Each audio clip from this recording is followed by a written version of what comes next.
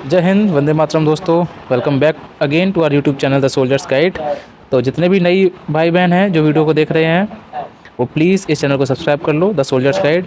If you are preparing for NDA, air force, navy, ICG, in fact BSF, RO, RM also, अगर आप लोग इन exams की तैयारी कर रहे हो या कोई भी स्टेट लेवल एग्ज़ाम जिसमें इंग्लिश पूछी जाती है, तो द सोल्जर्स गाइड आपके लिए तैयार है। ये मैं हूँ कृष्णा तिवारी, जो कि आपको पढ़ाऊँगा इंग्लिश। एंड हमारी 2 क्लासेस कंप्लीट हो चुकी हैं। आज हमारी ये तीसरी क्लास है नाउन की।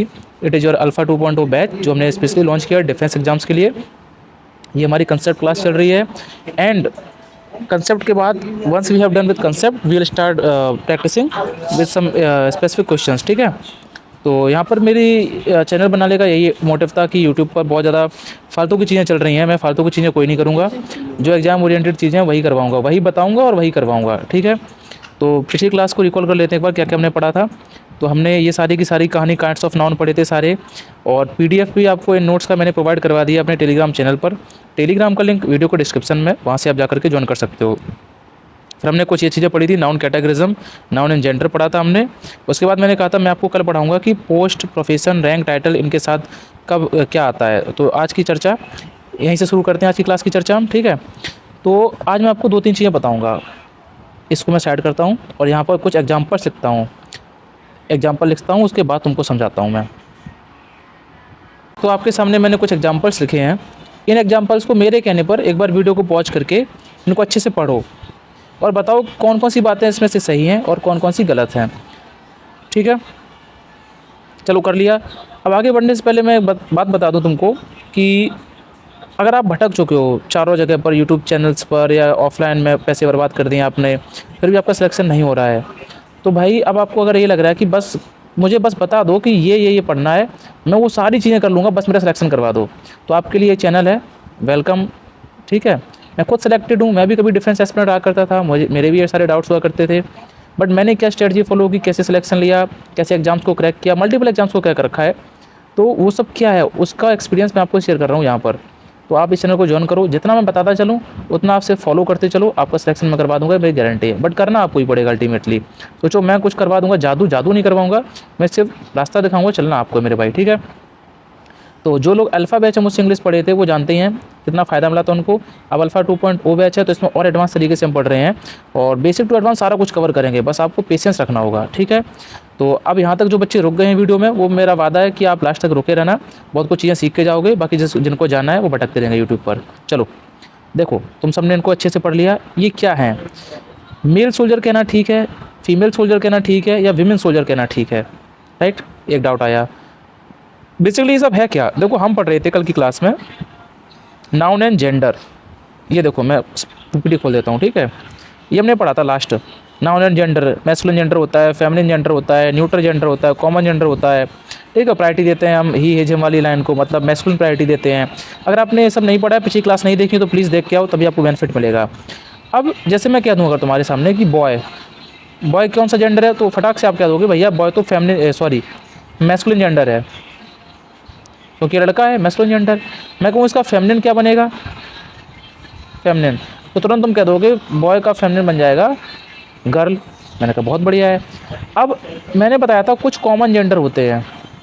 कॉमन क्या था, जो मेल भी होते हैं, जो फीमेल भी होते हैं। जैसे मैं कह दूँ टीचर लड़का भी हो सकता है, लड़की भी हो सकती है। सोल्जर लड़का भी हो सकता है, लड़की भी हो सकती है। अब इनका अगर जेंडर चेंज करना हो कि मैस्कुलिन टीचर है उसको फेमिनिन टीचर बनाना है, तो उसके नाम के पहले हम मेल या फीमेल लगाकर जेंडर चेंज करेंगे, या फिर मैन या विमेन लगाकर जेंडर चेंज करेंगे। तो ये कहानी तुम्हें सीखनी है आज की क्लास में। ठीक है। और मेरे भाई यहाँ से बहुत इंपॉर्टेंट क्वेश्चंस बनते हैं, तो प्लीज़ इनको नज़रअंदाज मत करना, हल्के मत लेना। चलो सीखें कहानी, एक्साइटेड हो। देखो जोश रहेगा तभी पढ़ाई में मज़ा आएगा। और जोश के लिए क्या करोगे, क्या करते हैं हम जोश के लिए, ये कुछ वर्ड्स हैं ना, ये भाई मेरे अंदर तो बहुत जोश भरते हैं। जब परेड में चलाया जाता है ना ये जय हिंद विद अ हार्ट, तो भाई मेरे अंदर तो जोश भरता है। तुम्हारे अंदर भरता है कि नहीं भरता वो तुम कमेंट में बताओगे मुझे। और मैं एक कमेंट मॉनिटर करता हूँ, तो ये भी कमेंट मॉनिटर करूँगा, देखता हूँ मैं, नोटिस करता हूँ कौन बच्चा हर वीडियो पर कमेंट करता है, वो दिल से जुड़ा है मुझसे। ठीक है। चलो भाई हो गया प्रमोशन, चलो आगे बढ़ते हैं। अब देखो, तो इसके लिए तुमको मैं एक कहानी छोटी सी बताता हूँ। कहानी का बेसिकली एक रूल है, इस रूल को आज समझ लेना अच्छे से, बहुतों को नहीं पता होता है। अगर आपके सामने कोई पोस्ट है, पोस्ट मतलब कोई पद, जैसे कर्नल, मेजर, कोई रैंक है। पोस्ट क्या होता है? एमएलए की पोस्ट है, सीएम की पोस्ट है, एसडीएम की पोस्ट है, ठीक है। कोई रैंक है, कोई टाइटल मिला है आपको कि कोई कोई नहीं गांव में कहने लगता है और मंत्री जी कहाँ जा रहे हो, कोई टाइटल, और मिश्रा जी कहाँ जा रहे हो, कोई टाइटल है। या आप किसी प्रोफेशन में, प्रोफेशन मतलब आप डॉक्टर हैं, आप इंजीनियर हैं, या किसी प्रोफेशन में आप, तो एक तुम्हारा टाइप ये बन गया। दूसरा टाइप क्या बनता है? दूसरा बनता है कि कोई फिजिकल करेक्टरिस्टिक हो, कोई आपके सामने फिजिकल कृष्णा सर बच्चे मिलने आए हैं। करेक्टरिस्टिक लिखी हो, करेक्टरिस्टिक लिखी हो, उनको बोलो आ रहा हूँ, ठीक है। कोई फिजिकल करेक्टरिस्टिक लिखी हो। अब ये क्या है, कैसे समझोगे तुम? तो बस 2 मिनट का पेशेंस रखो, अभी सबको समझा दूंगा, ठीक है। चलो, इसको हटाना पड़ेगा मुझे, ये सही लाइन नहीं आई, पास में करता हूँ तो लाइन सही आएगी। आ गई। देखो, जब भी तुम्हारे सामने प्रोफेशन हो, पोस्ट हो, रैंक हो, टाइटल हो, तो उसके साथ हम जेंडर बताने के लिए अगर लड़का है तो मेल लगाएंगे और लड़की है तो वीमेन लगाएंगे। बोलो बात क्लियर हुई? अभी एग्जांपल से और क्लियर होगी। और जब भी फिजिकल कैरेक्टरिस्टिक की बात हो तो उसके साथ हम क्या लगाएंगे? हम लड़का है तो मेल लगा देंगे और लड़की है तो फीमेल लगा देंगे, ठीक है। अगर हमें मैस्कुलिन जेंडर बनाना है तो हम मेल लगाकर डिनोट करेंगे, फेमिनिन जेंडर बनाना है तो फीमेल लगाकर डिनोट कर देंगे। सेम इस केस में जब पोस्ट, रैंक, टाइटल ये सब हो तो मैन और विमेन लगाकर उस वर्ड के आगे हम जेंडर उसका डिफाइन कर सकते हैं। अब इनको पहचानोगे कैसे? क्या पोस्ट है, क्या रैंक है, क्या टाइटल है? अब वही तुम्हें सीखना है। चलो आ जाओ। मैं अगर कह दूँ सोल्जर, ये तो रूट वर्ड है, इसमें तो कुछ का ही नहीं, ये तो कॉमन जेंडर हो गया। सोल्जर लड़का भी हो सकता है और लड़की भी हो सकती है। ओ ठीक है, समझ आ गया। अब सोल्जर को हमें अगर मैस्कुलिन बनाना है तो क्या मेल लगाना ठीक होगा? सोल्जर क्या है? क्या तुम्हें नहीं लगता कि सोल्जर एक पोस्ट है, एक प्रोफेशन है सोल्जर? बोलो हाँ या ना। एक रैंक है सोल्जर, ये वाला लग रहा है ना, फिजिकल करेक्टरिस्टिक नहीं है, तो इसका मतलब है ये वाला इस कैटेगरी में लाई कर रहा है। इस कैटेगरी में क्या लगाना बताया मैंने तुम्हें? मैन और विमेन। तो मेल आएगा क्या? नहीं आएगा, मेल नहीं आएगा, ठीक है, क्योंकि ये क्या है, ये कैटेगरी 1 में लाई करता है तुम्हारा। ये कैटेगरी 1, ये कैटेगरी 2। क्या फीमेल कहना ठीक है? नहीं, इसमें तो हम मैन या वुमेन कहते हैं। हम क्या बोलेंगे इसको? इसको सही करेंगे हम विमेन सोल्जर बोल करके। बोलो सही है। और इसको ठीक कैसे करेंगे? हम मेल नहीं बोलेंगे, हम बोलेंगे मैन सोल्जर। बहुत बढ़िया। तो ये विमेन सोल्जर कहना अपने आप में ठीक है एकदम। क्या लेडी डॉक्टर? इस पर चर्चा हम बाद में करेंगे, यहीं अभी 5 मिनट बाद करेंगे। डॉक्टर क्या है? डॉक्टर क्या तुम्हें ऐसा नहीं लगता एक प्रोफेशन है? बिल्कुल सही बात है, डॉक्टर की प्रोफेशन है। प्रोफेशन है तो क्या लगाएंगे हम? क्या लगाएंगे हम लगाएंगे इसके साथ मैन या विमेन। तो विमेन ही तो लगा रखा है, तो ये अपने आप में ठीक है। अगला है इंस्पेक्टर। इंस्पेक्टर क्या होता है? इंस्पेक्टर भी एक प्रोफेशन है एक प्रकार का, ठीक है। तो इंस्पेक्टर के साथ क्या आएगा? मैन या विमेन। तो फीमेल नहीं आएगा, क्या आएगा? विमेन आएगा। नर्स, नर्स क्या है? नर्स भी एक प्रोफेशन है। एक डॉक्टर प्रोफेशन होता है ना डॉक्टरी का, और उसमें एक टाइटल होता है नर्स का, ठीक है। तो इस वाली कैटेगरी में लाई कर रही है। अब आपको समझ आ रहा है ना? चलो, तो इसके लिए हम क्या लगाएंगे नर्स वाले केस में? मैन या विमेन। तो मेल नहीं लगाएंगे, हम लगाएंगे मैन नर्स। अक्सर कर लोगों को गलतफहमी होती है कि नर्स सिर्फ लेडी होती है, नहीं, वो लड़का भी हो सकता है, ठीक है। Man nurse. ये यार कट क्यों रहा है बार बार? Man nurse. अगर विमेन है तो क्या बोलेंगे? विमेन नर्स बोलेंगे उसको। तो विमेन नर्स कहना अपने आप में ठीक है, बट मेल या फीमेल कहना गलत था। सेम ऐसे टीचर लिखा है तुम्हारे सामने। टीचर क्या है? टीचर एक टाइटल है, एक प्रोफेशन है टीचर, ठीक है। तो सेम,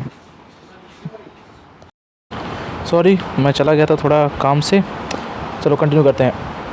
इसमें है वुमेन टीचर कहना। टीचर क्या है अपने आप में? मैंने आपको अभी भी बताया, टीचर अपने आप में एक प्रोफेशन है। प्रोफेशन में अगर आपको जेंडर बताना है तो हम मैन या विमेन लगाकर जेंडर बताएंगे। तो विमेन लगाकर जेंडर बताया तो अपने आप में एकदम सही बातचीत है। स्टूडेंट की मैं अगर बात करूं, स्टूडेंट अपने आप में क्या है? एक प्रोफेशन ही है, विद्यार्थी एक प्रोफेशन ही है, एक टाइटल है। तो इसके केस में हम क्या लगाएंगे? मैन या विमेन लगाएंगे, ना कि मेल या फीमेल। तो हम क्या करेंगे इसमें? हम इसमें करेंगे, अगर फीमेल दिखाना है तो हम विमेन स्टूडेंट करेंगे, विमेन स्टूडेंट, ठीक है। और थोड़े एग्जांपल्स में लिखता हूँ, उनसे और बातचीत क्लियर हो जाएगी, ठीक है। चलो,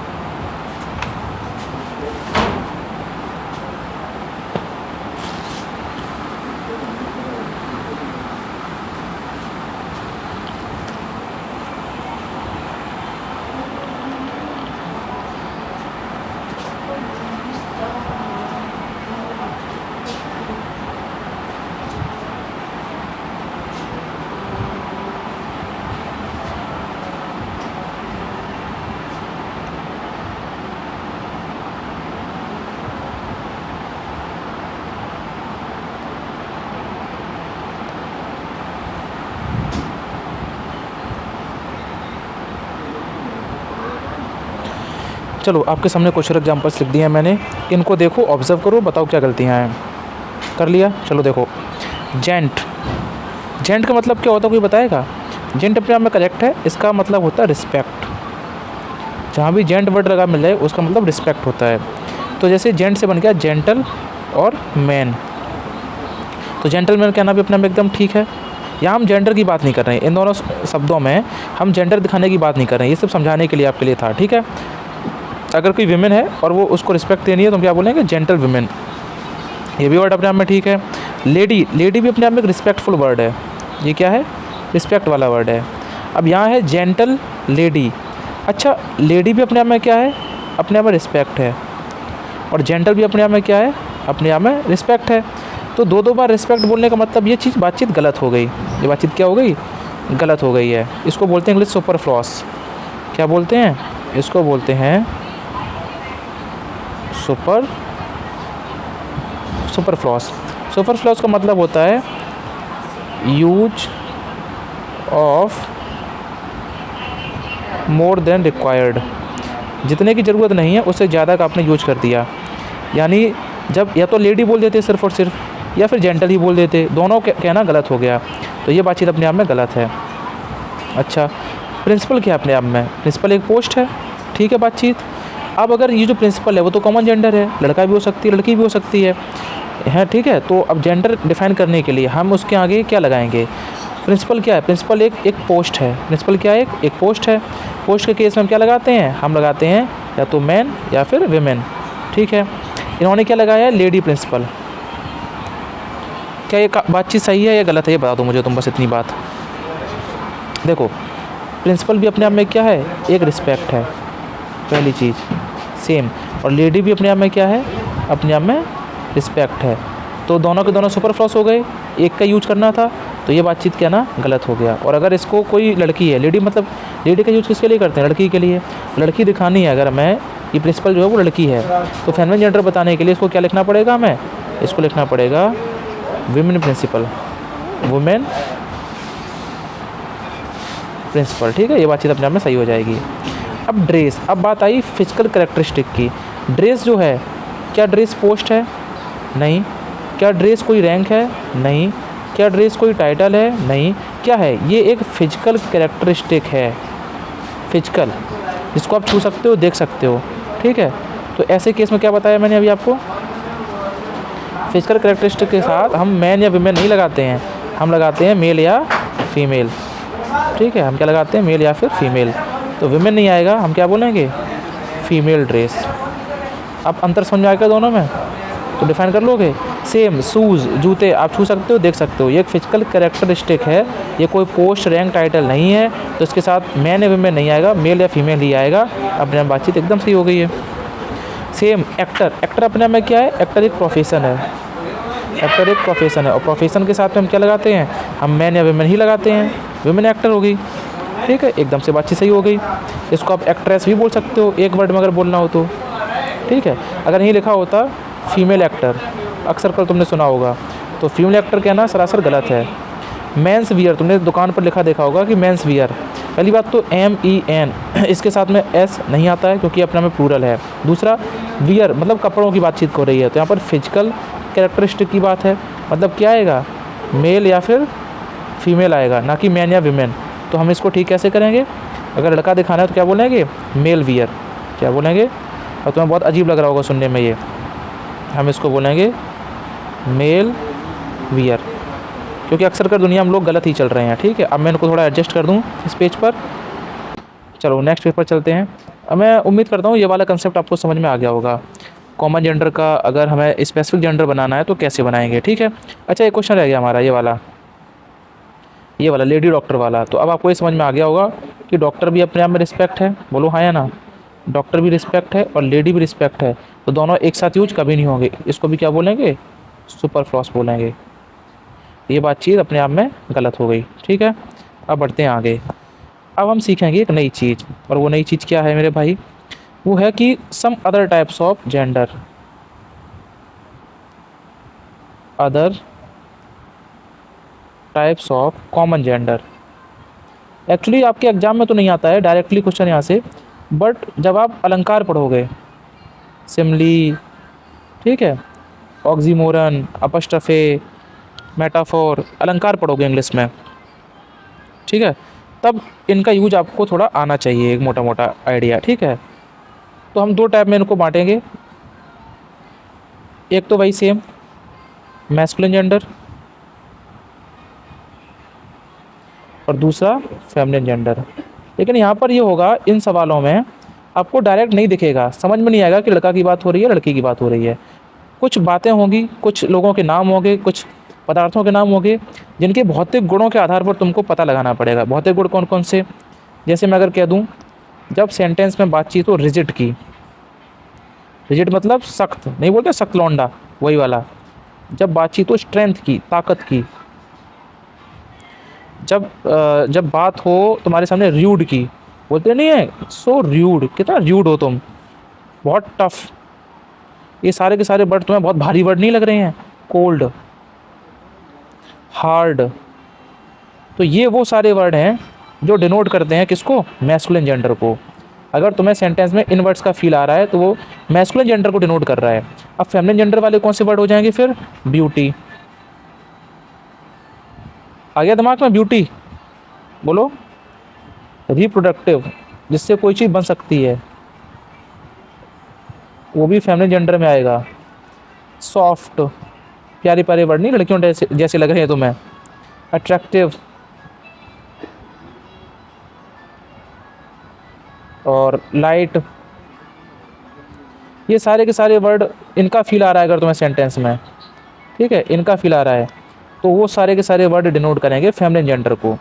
आधी बातचीत समझ में आ चुकी तुम्हें, मुझे पता है, और आधी आएगी एग्जाम्पल्स के बाद। तो एग्जाम्पल कुछ लिख देता हूँ मैं यहाँ पर, सन, मून, रिवर,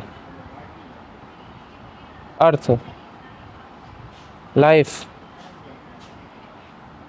डेथ, स्टॉर्म, ठीक है, सनलाइट कह दो,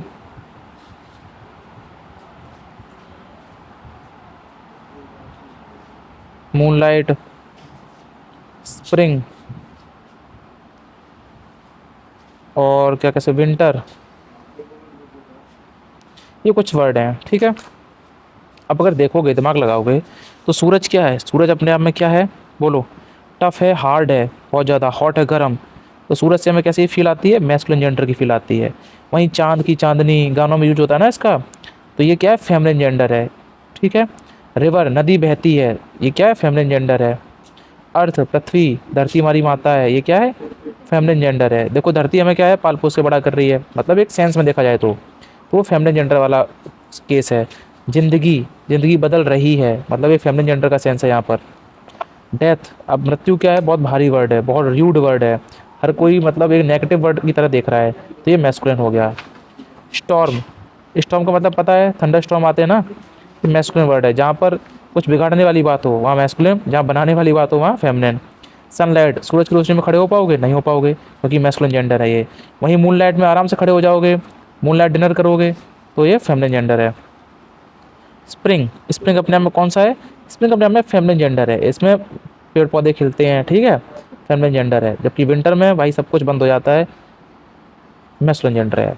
तो एक ये भी तरीका होता है जेंडर को थोड़ा सा आइडेंटिफिकेशन का, जब आप अलंकार पढ़ोगे उस पर बेस्ड क्वेश्चंस आएंगे, तब एडवांस लेवल के क्वेश्चन में आप इनका यूज़ देखने वाले हो, ठीक है। अभी नेक्स्ट हम करने वाले हैं यहाँ पर कवर नाउन एंड केस, बहुत इंपॉर्टेंट है ये, ठीक है। नाउन एंड केस यहाँ पे लिख ही दे रहा हूँ मैं।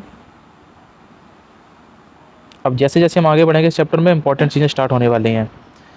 तो सबसे पहला जो केस आता है इसमें, वो आता है सब्जेक्टिव केस। इसका मतलब हम ये पढ़ने वाले हैं कि नाउन का यूज किस किस तरीके से हम कर सकते हैं, किस किस केस में कर सकते हैं। सब्जेक्टिव केस को ही नॉमिनेटिव केस बोलते हैं, नॉमिनेटिव केस बोलते हैं। इसका मतलब क्या है, इसका मतलब ये है when noun is used as a subject. जब नाउन को सब्जेक्ट की तरह यूज करते हैं तो वो सब्जेक्टिव केस में होता है, ठीक है। एक एग्जांपल यहीं लिख लो फटाफट।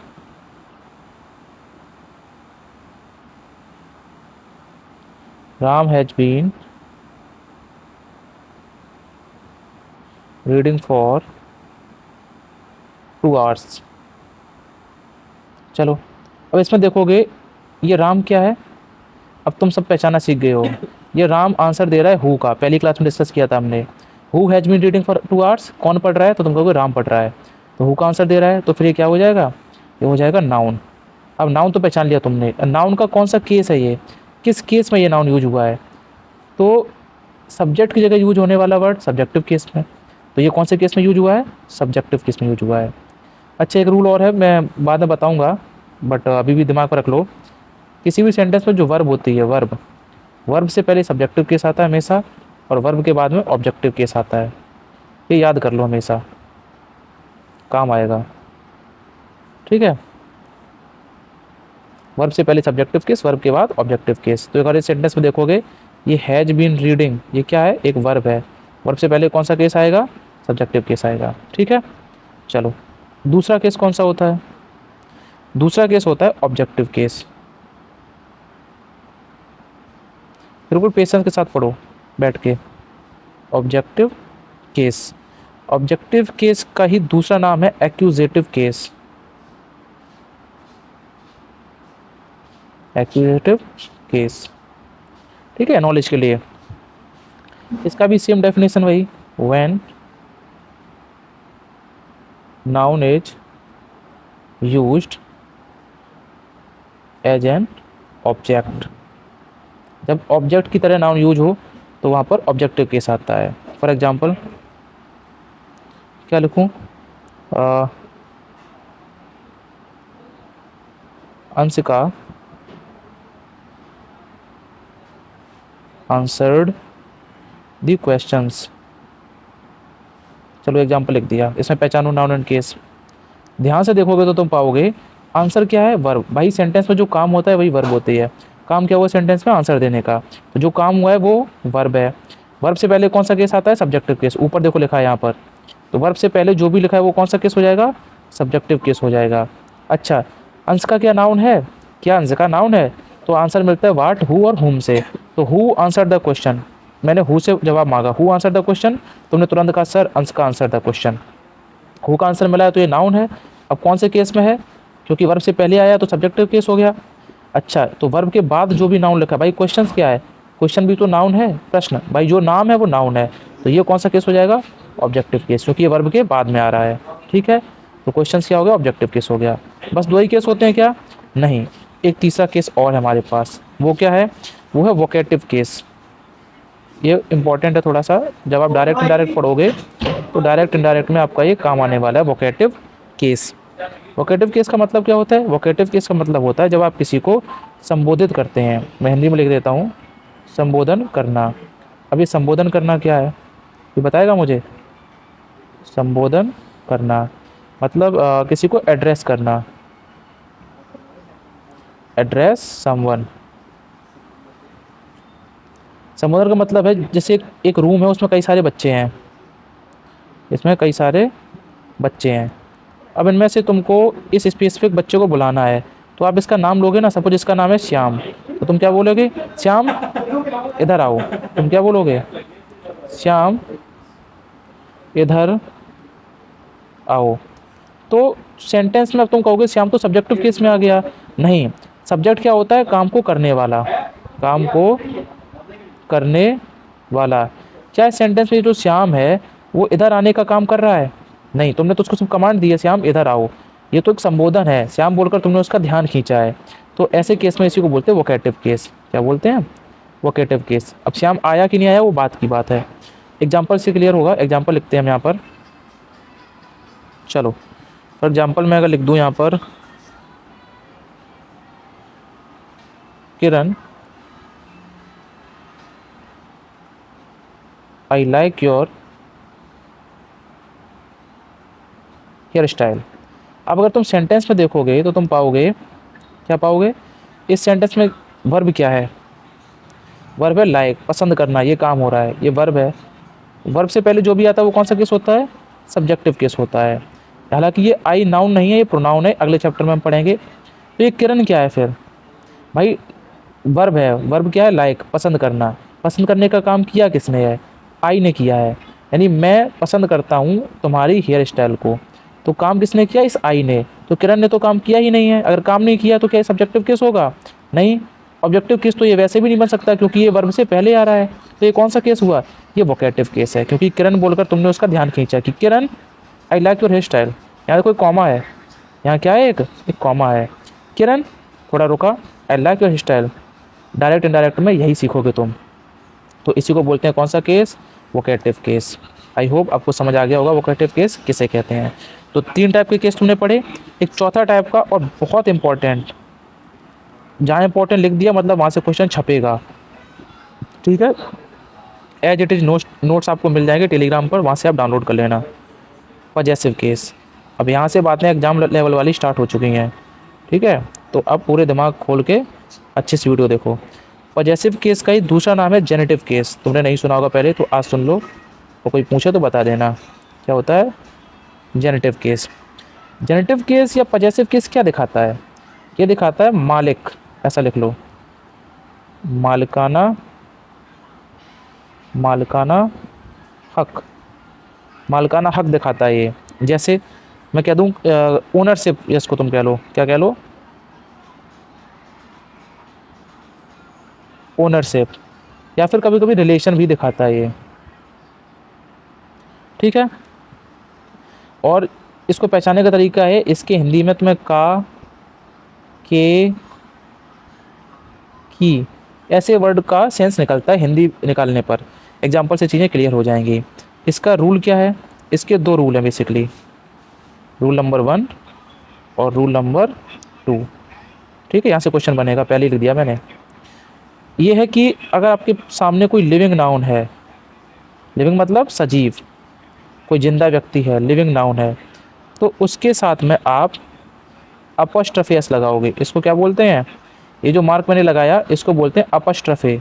कोई कोई इसको अपोस्ट्रोफी बोलता है, अपोस्ट्रोफी नहीं होता है, इसका प्रोनाउंसिएशन है अपॉस्ट्रोफी। और ये जो लिखा है उसको तुम जानती हो एस, तो इस पूरे को क्या बोलोगे? Apostrophe S. बोलो, क्लियर हुआ? Apostrophe S. ओके, इसी अपॉस्ट्रोफी एस की हिंदी क्या होती है? इसी की हिंदी होती है का, की और के। इसी की हिंदी निकलती है।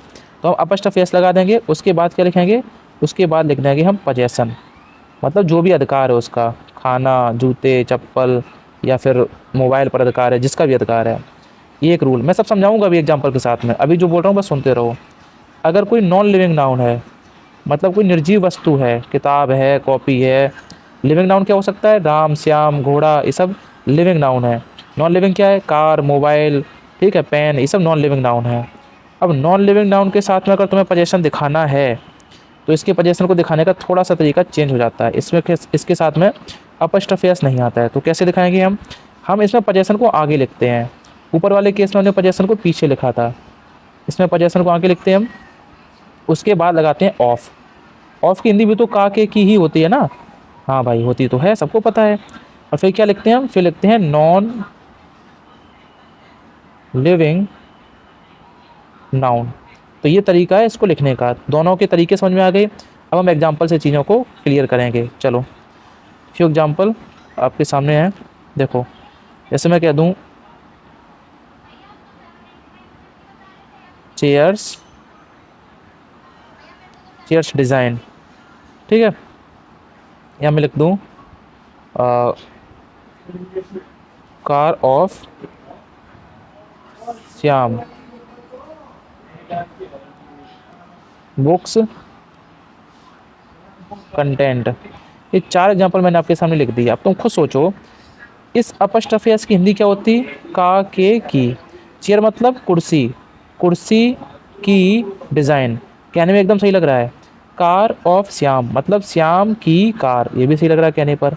बुक मतलब किताब, अपस्ट्रॉफी एस मतलब का के की किताब का कंटेंट, यानी कहने पर पूरी की पूरी बातचीत सही लग रही है, कहीं से भी कोई गलती नहीं लग रही है।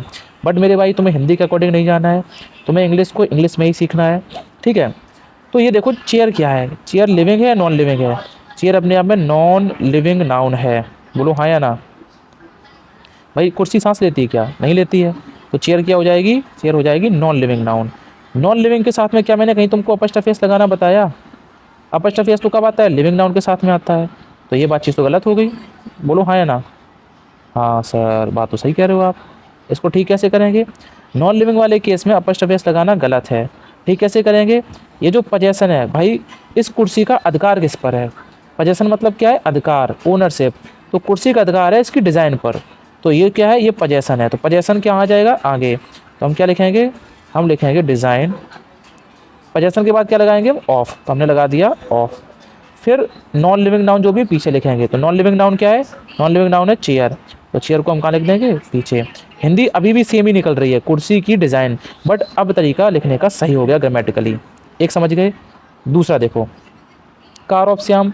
श्याम क्या है? शिवांग लिविंग नाउन है, जिंदा है, सांस ले रहा है। लिविंग नाउन के साथ में मैंने तुमको ऑफ लगाना गलत बताया है। कैसे बताओगे? पहले क्या आएगा? पहले आएगा हमारा, कहाँ गया? पहले आएगा लिविंग नाउन, फिर आएगा अपस्ट्रॉफी, फिर आएगा पोजेशन। बोलो क्लियर हुआ? तो लिविंग नाउन कहाँ जाएगा? यह आ जाएगा आगे। तो आगे आगे श्याम भाई साहब, तो श्याम।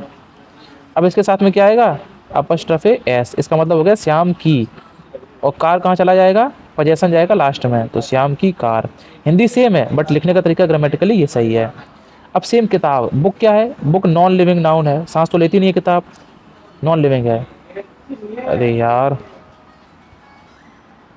बुक है नॉन लिविंग। नॉन लिविंग के साथ में अपस्ट्रॉफी एस लगाना गलत।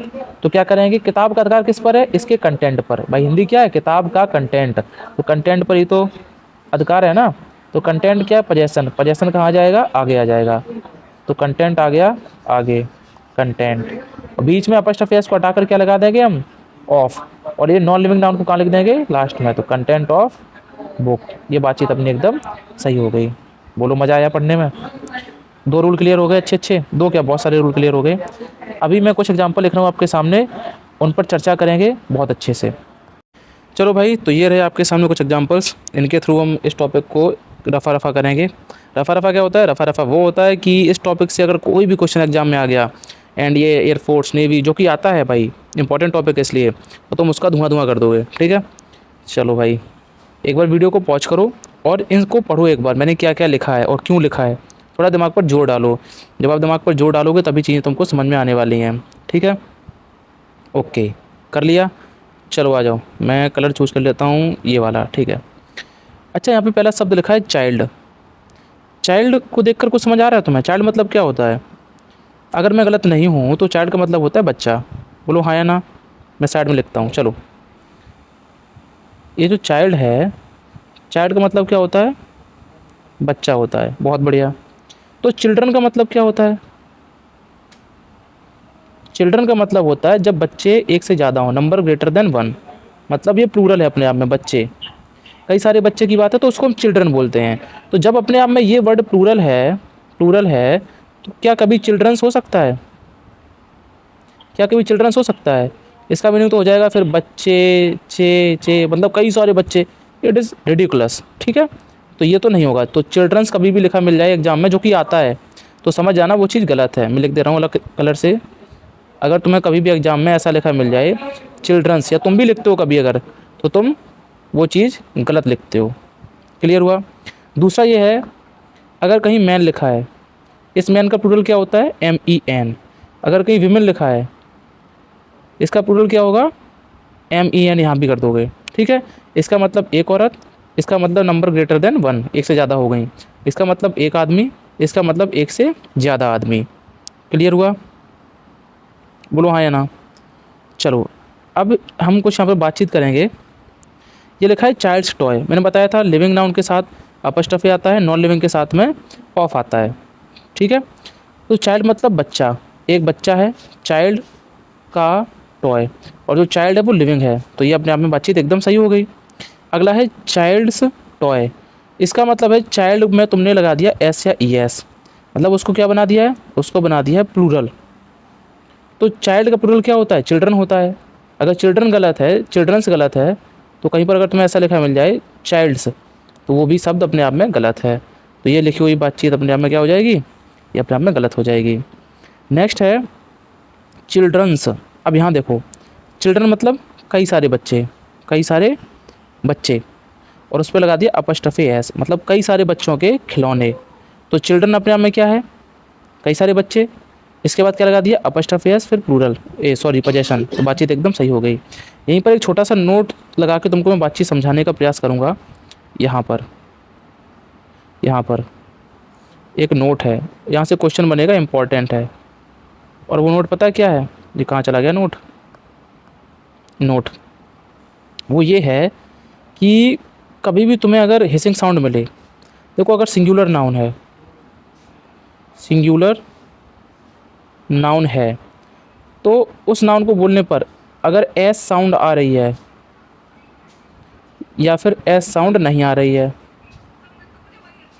एस साउंड आ रही है या फिर नहीं आ रही है, इन दोनों ही केस में तुम अपस्ट्रफी एस लगा सकते हो। बोलो बातचीत समझ में आई? अभी और समझाऊंगा एग्जाम्पल से, ठीक है। बट अगर प्लूरल नाउन है, कौन सा नाउन है? प्लूरल नाउन, और इसको बोलने पर अगर एस साउंड आ रही है, एस साउंड या तो आ रही होगी या फिर नहीं आ रही होगी। तो जब एस साउंड आती है तो उसको बोलते हैं हिसिंग साउंड। क्या बोलते हैं? इसको बोलते हैं, अगले पेज पे चलें क्या? यार मज़ा नहीं आ रहा यार। चलो लिख दे रहा हूँ मैं, हिसिंग साउंड। ऐसे केस में हम अगले पेज पे चलता हूँ यार, इसमें जो है मज़ा आ नहीं रहा है मुझे। चलो थोड़ा अलग चलते हैं हम लोग।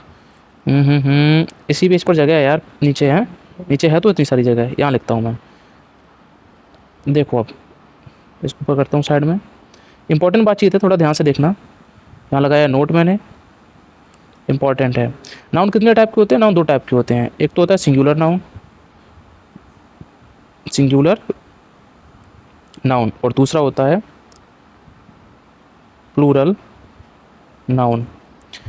सिंगुलर नाउन को बोलने पर, अगर तुम्हारे पास सिंगुलर नाउन को तुमने बोला, दो टाइप की साउंड निकली, एक एस साउंड निकली और दूसरा एस साउंड ना निकले। थोड़ा पेशेंस रखना, मैं सब समझा दूंगा। एस साउंड एक तो आ रही है, मैं आने के लिए सही का टिक लगा रहा हूँ, ना आए तो गलत का टिक लगा रहा हूँ। इन दोनों ही कंडीशन में अपस्ट्रफी एस लगा सकते हैं।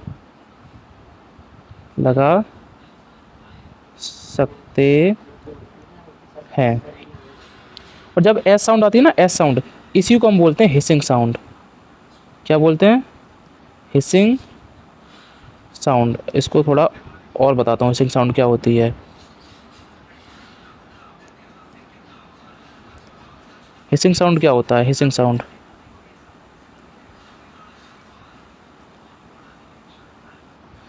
जैसे मैंने कहा राम, राम है मेरे पास, राम के पास एक बाइक है।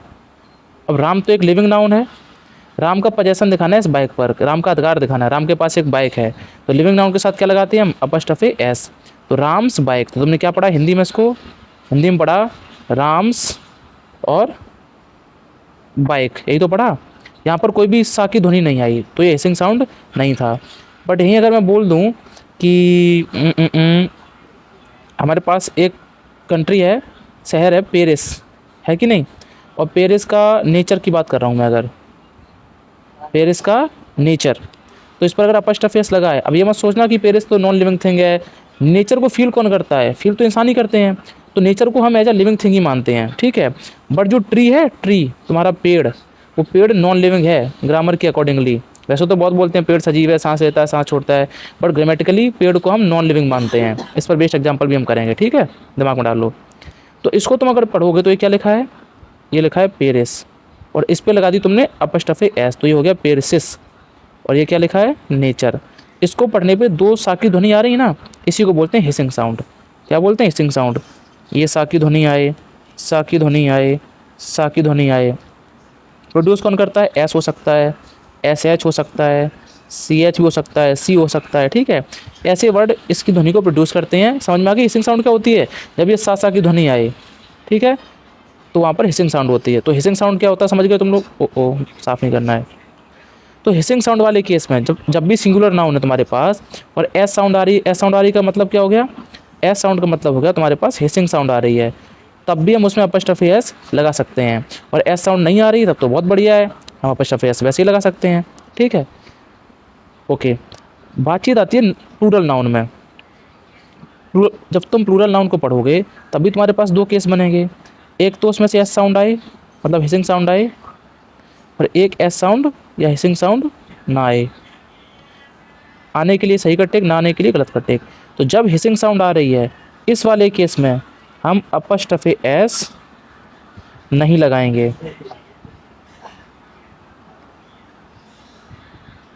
नहीं लगा सकते, ठीक है। जबकि इस वाले केस में हम अपॉस्ट्रोफी एस लगा सकते हैं, अपॉस्ट्रोफी एस लगा सकते हैं, क्योंकि यहाँ पर तो कोई हिसिंग साउंड ही नहीं थी, लगा सकते हैं। तो जब ऊपर प्लूरल नाउन है कोई हमारे पास, ठीक है, जैसे मैं अगर तुम्हारे सामने कह दूँ, एग्जाम्पल से समझाऊंगा अभी तुम्हें कि बॉयज़, कई सारे बॉयज़ हमारे पास और इनके पास है कार्स, कई सारी कार हैं, इनका इन पर पोजेशन दिखाना है। तो पोजेशन दिखाने के लिए क्या सीखा तुमने, यहाँ पर लगाओगे अपॉस्ट्रोफी एस। बट ध्यान से देखोगे ये कौन सा नाउन है, ये हो गया प्लूरल नाउन, क्योंकि बॉयज़ कई सारे लड़के हैं जिनके, कई सारे लड़कों की कार, प्लूरल नाउन है। अब प्लूरल नाउन को बोलने पर एस साउंड आ रहा है कि नहीं आ रहा है, बॉयज़ दो बार सा का साउंड आ गया, इसी को बोलते हैं हिसिंग साउंड। इसको अवॉइड करने के लिए हम अपॉस्ट्रोफी एस नहीं लगाएंगे। बट हमें इनका पोजेशन दिखाना है, तो हम कैसे दिखाएंगे, पोजेशन ऐसे दिखाएंगे, बॉयज़ किया हमने, कार्स किया, यहाँ पर हम सिर्फ और सिर्फ क्या लगा देंगे, अपॉस्ट्रोफी लगा देंगे। ये जो एस लगाते हैं इसको काट देंगे, सिर्फ और सिर्फ हमारा अपॉस्ट्रोफी काम चला देगा वहाँ पर, ठीक है। बस, तो ये बातचीत कहने से क्या इसका अर्थ निकल रहा है, लड़कों की कारें। क्लियर हुआ। यानी जब भी प्लूरल नाउन होगा और हमें पोजेशन दिखाना है और हिसिंग साउंड आ रही है तो हम सिर्फ और सिर्फ अपॉस्ट्रोफी लगाएंगे, अपॉस्ट्रोफी एस नहीं लगाएंगे। तो क्या लगाएंगे, सिर्फ और सिर्फ अपॉस्ट्रोफी लगाएंगे। बोलो, बातचीत समझ में आ गई। अब इस पर बेस्ट कुछ क्वेश्चन करेंगे हम, ठीक है। ये रूल थे तुम्हारे। अब इस पर बेस्ट ऊपर वाले क्वेश्चन देखो अच्छे से, इसको साफ कर दूं, इसका कोई मतलब रहा नहीं। अब देखो यहाँ से देखो, चिल्ड्रन, चिल्ड्रन अपने आप में प्लूरल है, इन्होंने इस चिल्ड्रन का फिर से प्लूरल बना दिया और उसके बाद हिसिंग साउंड भी ला दी, तो ये तो पूरी तरीके से गलत हो गई बातचीत। टीचर्स डे, इसका मतलब है टीचर, ऐसे ही वो अपॉस्ट्रोफी एस लगा दी इसने, मतलब टीचर का दिन। जो टीचर्स डे आता है, कमेंट में बताओ कब आता है टीचर्स डे, कब आता है टीचर्स डे, बताओ कमेंट में, ठीक है। तो जो टीचर्स डे होता है क्या वो किसी एक टीचर का डे होता है या कई सारे टीचर्स का डे होता है? तो तुम सब कहोगे सर वो तो भारत में जितने भी टीचर हैं सबके लिए मनाया जाता है, तो नंबर एक से ज़्यादा हुआ, मतलब कई सारे टीचर्स का डे है वो, तो इसका मतलब इस टीचर को तुम्हें प्लूरल करना पड़ेगा। इन्होंने तो क्या किया, सिंगुलर किया है, तो सिंगुलर होने की वजह से गलत हो गया। बातचीत का मीनिंग भी समझना है। जबकि यहाँ पर देखोगे तो टीचर्स, कई सारे टीचर हैं और उनका डे, बट तुमने टीचर को जैसे ही प्लूरल बनाया तो हिसिंग साउंड आने लगी, टीचर्स और फिर से सा, हिसिंग साउंड आ रही है। इसका मतलब तुमको अपस्ट्रफे एस का यूज गलत है प्लूरल में, अगर हिसिंग साउंड आ रही है, इसकी वजह से गलत हो गया। यहाँ पर देखोगे तो टीचर्स का प्लूरल कर दिया, कई सारे टीचर हो गए, और अपस्ट्रफे के नाम पे सिर्फ क्या लगाया है, अपस्ट्रफे ही लगाई है, एस नहीं लगाया है, इसकी वजह से बातचीत सही हो गई, यानी टीचर का डे। कैंडिडेट्स लिस्ट, लिस्ट क्या होती है, कई सारे कॉलम होंगे, कई सारी रो होगी और उसमें सबके नाम लिखे होंगे, कैंडिडेट्स की लिस्ट। तो क्या किसी एक कैंडिडेट की लिस्ट हो सकती है? नहीं, नंबर एक से ज़्यादा होना चाहिए तभी हम लिस्ट बना सकते हैं। बोलो हाँ या ना, बहुत बढ़िया। तो ऐसे केस में क्या होगा, कैंडिडेट्स प्लूरल हो गए कैंडिडेट्स, उसके बाद अपस्ट्रफी एस लगा दी, उनकी लिस्ट। यहाँ पे देखो हिसिंग साउंड आ गया। देखो प्लूरल के केस में ही हम हिसिंग साउंड देखते हैं। जैसे किसी का नाम अगर मैं रख दूँ, क्या रख दूँ, हाँ निशा, मैंने नाम लिख दिया निशा, और निशा के पास एक अगर टॉय है, पोजेसन दिखाना है, तो तुमने कहा निशास टॉय, या निशा हटाओ, कशिश लिखो, कशिश टॉय। मैंने कहा पोजेसन दिखाओ, तो तुमने लगा दी अपस्ट्रफी एस। अब कुछ बच्चे सोचेंगे यहाँ पर आ रही है हिसिंग साउंड, कौन सी साउंड आ रही है, हिसिंग साउंड, क्योंकि कशिश स हिसिंग साउंड। बट मेरे भाई ये कौन सा नाउन है, ये है सिंगुलर नाउन। कौन सा नाउन है, सिंगुलर। सिंगुलर में हिसिंग साउंड का कोई कंसेप्ट है ही नहीं, तो यहाँ पर हिसिंग साउंड आ सकती है, कोई भी दिक्कत नहीं है, सही है। बट यहाँ पे क्या है, कैंडिडेट्स वाले में यहाँ प्लूरल है, प्लूरल के साथ हिसिंग साउंड आ रही है, इसके लिए गलत हो गया। अगले में देखोगे तो कैंडिडेट, एक कैंडिडेट है यहाँ पर की लिस्ट, तो एक कैंडिडेट की लिस्ट वैसे नहीं बनती है क्योंकि यहाँ पर एक की बात की है। इसमें देखोगे तो कैंडिडेट्स प्लूरल किया, प्लूरल करने के बाद सिर्फ और सिर्फ अपस्ट्रफी लगाया है, एस नहीं लगाया, तो कई सारे कैंडिडेट्स की लिस्ट, ये सही हो गया। इंडियाज़ क्लाइमेट, अब देखो तुम, लिविंग नाउन के साथ अपस्ट्रफी एस आता है, नॉन लिविंग के साथ नहीं आता है, ये तो सबको पता है, बट कहाँ लिविंग का कंसेप्ट आ रहा है, कहाँ नॉन लिविंग का कंसेप्ट आ रहा है, वो समझना बहुत बड़ी बात है। एक बात बताओ, इंडियाज़ क्लाइमेट कहना सही है अपने आप में, गलत है, ये बताओ तुम मुझे, थोड़ा सा दिमाग पे जोर डालो और बताओ फिर मुझे। चलो सोचो सोचो सोचो, क्योंकि तुम वीडियो को तो पॉज करोगे नहीं, मुझे पता है नहीं करोगे, इसीलिए मैं तुमसे करवा रहा हूँ। इंडियाज़ क्लाइमेट, भारत का क्लाइमेट, क्लाइमेट किससे रिलेटेड है बताओ? ऑब्वियसली ह्यूमन से रिलेटेड है, हम ही क्लाइमेट को ख़राब कर रहे हैं, हम ही उसको ठीक कर रहे हैं। ठीक तो क्या ही कर रहे हैं, ख़राब ही कर रहे हैं, तो ह्यूमन से रिलेटेड है, इसके लिए इसको लिविंग में काउंट करेंगे हम, तो इंडिया का क्लाइमेट कहना सही हो गया। जयपुर सेल्स, अब जो चट्टानें हैं वो तो ह्यूमन से रिलेटेड नहीं है, क्या ये चट्टानें ह्यूमन से रिलेटेड हैं? नहीं है, तो ये बातचीत अपने आप में क्या लिविंग से रिलेटेड हुई? नहीं, नॉन लिविंग हुई। नॉन लिविंग के लिए हम क्या करेंगे, इस पोजीशन को उठा के आगे रखेंगे, तो क्या होगा, हिल्स। अपस्ट्रफी एस को हटा के क्या लगाएंगे, ऑफ, और ये जो नाउन है नॉन लिविंग नाउन, उसको उठा के लास्ट में रख देंगे, तो हिल्स ऑफ जयपुर। ये ऐसे करके बातचीत ठीक करेंगे हम। सेम इधर आओ, अब देखो है इंडियाज़ पॉपुलेशन, भारत की पॉपुलेशन। अब तुम कहोगे भारत तो नॉन लिविंग नाउन है, इसके साथ अपस्ट्रफी नहीं आएगा, क्वेश्चन गलत कर दोगे, क्वेश्चन गलत ही हो जाएगा तुम्हारा। क्यों? क्योंकि पॉपुलेशन किसकी होती है, पॉपुलेशन तो इंसानों से रिलेटेड है, मतलब रिलेटेड टू ह्यूमन है। ये क्या है, ये रिलेटेड टू ह्यूमन है, इसके लिए इसको as a living noun count करेंगे, तो इंडियाज़ पॉपुलेशन कहना एकदम सही हो गया। ठीक है। दिल्लीज पॉल्यूशन, अब पॉल्यूशन कौन फैलाता है, इंसान ही फैलाते हैं, बोलो हाँ या ना। ये भी क्या है, रिलेटेड टू ह्यूमन है, इसको भी नॉन लिविंग की तरह नहीं बल्कि लिविंग नाउन की तरह ट्रीट करेंगे, तो दिल्लीज पॉल्यूशन कहना भी अपने आप में ठीक हो गया। अगला है 1 डेज लीव, एक दिन की छुट्टी। लीव कौन लेता है, लीव इंसान ही तो लेता है, बोलो हाँ या ना, इंसान लेता है लीव, तो ये भी लिविंग की तरह काउंट होगा, तो 1 डेज, एक दिन की छुट्टी, अपस्ट्रफी लगाना ठीक हुआ। ये साइंस पर बेस्ड क्वेश्चन है, जो बच्चे सिर्फ रूल रट कर जाते हैं वो साइंस बेस्ड क्वेश्चन नहीं कर पाते हैं, इसलिए दिमाग को शार्प करो। ऐसे ही है न्यू ईयर सेलिब्रेशन, अब तुम बताओ सेलिब्रेशन कौन करता है, इंसान ही करता है, तो इसको भी as a living noun count करेंगे, सही हो गया अपने आप में ये।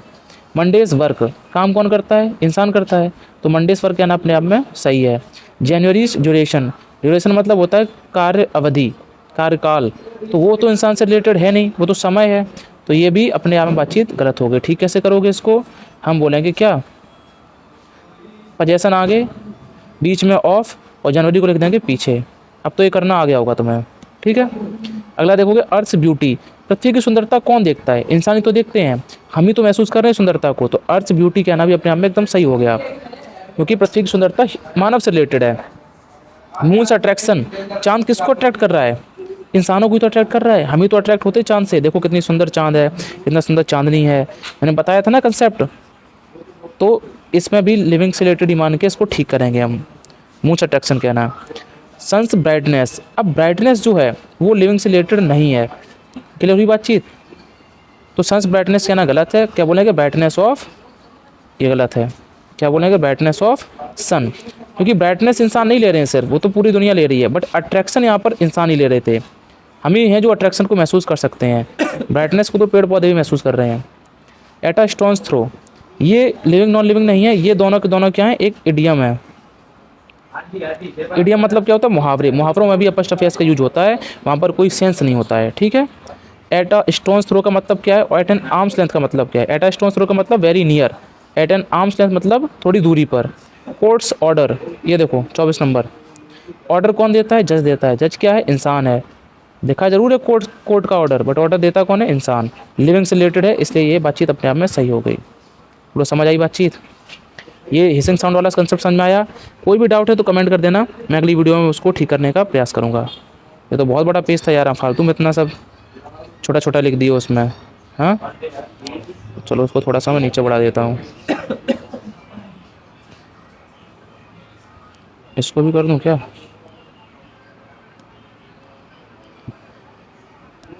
चलो अगले पेज पे चलते हैं। यहाँ मैंने और कुछ बातचीत लिखी है आपके सामने, कुछ एक्सेप्शंस हैं। लिविंग और नॉन लिविंग के अलावा कुछ चीज़ें होती हैं जहाँ पर अपॉस्ट्रोफी एस का यूज करते हैं। पहला, हम टाइम के साथ में अपॉस्ट्रोफी एस का यूज कर सकते हैं। हम किसी स्थान के साथ में अपॉस्ट्रोफी एस का यूज कर सकते हैं। आपने देखा मैंने क्या लिखा था? मैंने लिखा था दिल्लीज पॉपुलेशन। पॉपुलेशन किसकी? इंसानों की। दिल्ली क्या था? एक प्लेस था, तो हमने प्लेस के साथ में अपॉस्ट्रोफी एस लगा दिया था, क्योंकि वो कहीं ना कहीं एक सजीव नाउन को, लिविंग नाउन को रिप्रेजेंट कर रहा था। पॉपुलेशन किसकी? इंसानों की, इसलिए। तो वो कंसेप्ट समझ गए आप लोग। हेवनली बॉडी, हम कभी कभी सन के साथ में अपॉस्ट्रोफी एस लगा रहे हैं, कभी कभी मून के साथ में अपॉस्ट्रोफी एस लगा रहे हैं, क्योंकि इनको हम हेवनली बॉडी के साथ में अपॉस्ट्रोफी एस लगा के चलते हैं, सही मानते हैं उसको। इडियम मतलब मुहावरा, मुहावरों में अपॉस्ट्रोफी एस का यूज होता है। पर्सोनिफिकेशन मतलब मानवीकरण अलंकार, कोई चीज़ नहीं है इंसान, बट उसको हम इंसान की तरह बिहेवियर उसका दिखा रहे हैं, वहाँ पर भी हम अपॉस्ट्रोफी एस का यूज करते हैं, ठीक है। जैसे चांद की चांदनी, चांद को इंसान नहीं है, चांदनी भी इंसान नहीं है, बट उसको एज ए ह्यूमनली हम मान रहे हैं। चांद की चांदनी गिरती है, नहीं गानों में सुना होगा, तो वहाँ पर भी अपॉस्ट्रोफी एस हम यूज कर लेते हैं। तो दीज ऑल आर करेक्ट। ओ साफ़ ही हो गया, और करेक्ट। कुछ एग्जांपल्स और लिखे मैंने, इनको तुम लोग एज ए होमवर्क ले रहे हो, ठीक है। ये तुम्हारा होमवर्क है, मुझे करके मेरे इंस्टा पर या टेलीग्राम पर डीएम करोगे तो मुझे लगेगा हाँ चलो बच्चे वीडियो मेहनत से देख रहे हैं और पढ़ भी रहे हैं। ये तुम्हारा होमवर्क है, ठीक है मेरे भाई। चलो नेक्स्ट बातचीत यहीं करते हैं इसी पेज पर, या अगले चलें। ये साउंड वाला कंसेप्ट क्लियर हुआ कि नहीं हुआ ये बताओ? हिसिंग साउंड वाला कुछ और एग्जांपल देके पूछूं हिसिंग साउंड का कंसेप्ट, बोलो। लिखता हूँ यहाँ पे फिर मैं, हाँ ये ठीक है। कुछ और एग्जांपल लिखता हूँ हिसिंग साउंड के।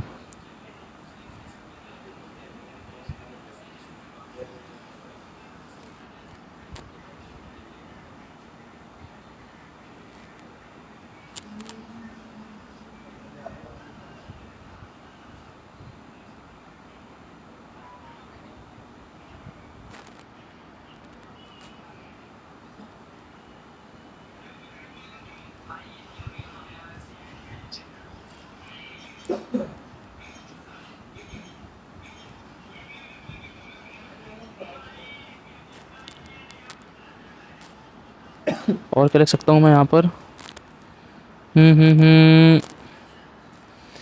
चलो अगले कंसेप्ट बताऊँगा मैं तुम्हें। इन चार को देखो, 4 एग्जांपल लिख दिए मैंने, चलो इनको देखो। अब तुम्हारा एक माइक्रो टेस्ट है ये। पारस है, पारस की कार। अब तुम कुछ बच्चे बोलेंगे हिसिंग साउंड आ रहा है, सा की ध्वनि 2 बार आ रही है। तो पारस क्या है? पारस एक सिंगुलर नाउन है, और सिंगुलर नाउन के साथ में हिसिंग साउंड का कोई कंसेप्ट नहीं है, वो अपने आप में सही माना जाएगा। अगला देखोगे रेजिडेंट्स वेलफेयर एसोसिएशन है, रेजिडेंट्स वेलफेयर एसोसिएशन लिखा है। जो एसोसिएशन होता है क्या किसी एक बंदे का हो सकता है? नहीं, नंबर एक से ज़्यादा होने चाहिए, एक दो तीन चार लोग, मिनिमम दो तो होने चाहिए एसोसिएशन बनाने के लिए, ठीक है। तो इसका मतलब है ये जो रेजिडेंट है ना, इसको प्लूरल बनाना पड़ेगा, जबकि यहाँ पर सिंगुलर रेजिडेंट है। सिंगुलर रेजिडेंट, एक रेजिडेंट का वेलफेयर देखने वाला एसोसिएशन, जबकि जो वेलफेयर का एसोसिएशन होता है ना, वेलफेयर देखने वाला, वो एक से ज़्यादा रेजिडेंट का एसोसिएशन देखेगा। जैसे तुम्हारे क्लास में टीचर आता है, अगर टीचर, तो क्या वो किसी एक बच्चे को पढ़ाने आता है? नहीं, क्लास के सभी बच्चों को पढ़ाने के लिए आता है। इन सब का वेलफेयर का एसोसिएशन देखता है टीचर, ठीक है। सेम वही कंसेप्ट है यहाँ पर, एग्जाम्पल समझाया मैंने तुम्हें। तो यहाँ पर बातचीत गलत होगी, तुमको क्या करना पड़ेगा? सबसे पहले तो रेजिडेंट जो है इसको बनाना पड़ेगा प्लूरल, ये बना दिया हमने। फिर अब अगर प्लूरल पे तुम अपॉस्ट्रोफी एस लगाओगे और हिसिंग साउंड आ रही है, तो अब ये बातचीत क्या है? प्लूरल नाउन है। प्लूरल नाउन के साथ में हिसिंग साउंड का कोई भी कंसेप्ट नहीं आता, इसलिए एस को हटा देते हैं हम, ठीक है। सिर्फ और सिर्फ क्या रखेंगे हम?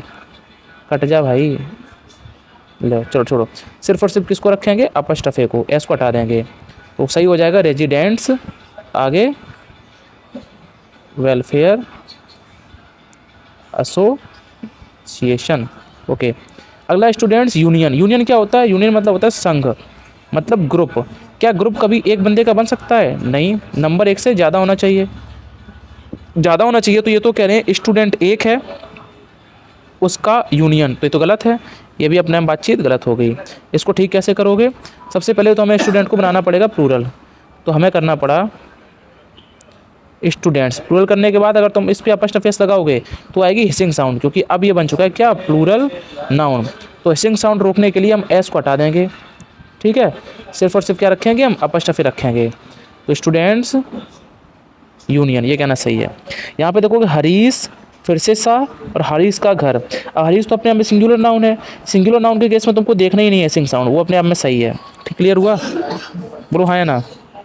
अच्छा, तो ये क्या पढ़ रहे थे हम लोग अभी तक? ये बताओ, पढ़ तो लिया, पढ़ क्या रहे थे? हम पढ़ रहे थे कहाँ गया? पोस्ट एंड टाइटल पढ़ा, उसके बाद ये नाउन के वो पढ़ रहे थे, cases, noun and cases, heading पढ़ी होगी कहीं ना कहीं, ये रही noun and case. Subjective case पहला पढ़ा, दूसरा ऑब्जेक्टिव केस पढ़ा, तीसरा वोकेटिव केस पढ़ा, फिर पढ़ा पजेसिव केस या जेनेटिव केस, ठीक है। अब पजेसिव केस ही चल रहा था ये हमारा यहाँ तक, ये सब पजेसिव केस के अंडर ही आता है। पजेसिव केस से ही रिलेटेड थोड़ा सा एक और रूल है जो एक्चुअली प्रोनाउन से रिलेटेड है। किससे है? प्रोनाउन से, बट मैं तुम्हें अभी बताना चाहूँगा यहाँ पर, ठीक है।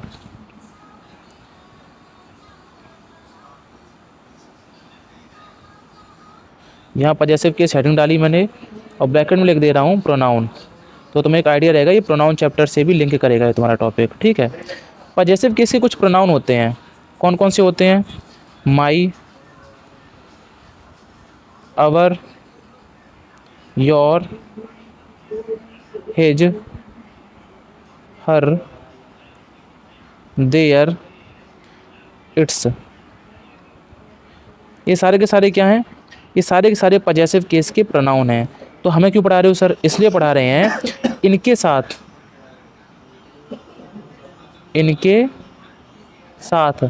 कभी भी तुम्हें अगर अपॉस्ट्रोफी एस लगा मिल जाए तो वो हमेशा हमेशा गलत करना। क्या करना? ये यार गलत कर देना, कभी भी यूज नहीं होता है। और अगर तुम्हें सिर्फ और सिर्फ अपॉस्ट्रोफी ही लगा मिल जाए, ओनली अपॉस्ट्रोफी, तो वो भी अपने आप में क्या है? वो भी अपने आप में गलत है, वो भी अपने आप में गलत है, ठीक है। अपॉस्ट्रोफी एस का यूज नहीं होता है और अपॉस्ट्रोफी का भी यूज नहीं होता है। साथ ही साथ इस चीज़ को ध्यान से देखो, ये क्या है? इट्स। इस पर बेस्ड क्वेश्चन आता है important.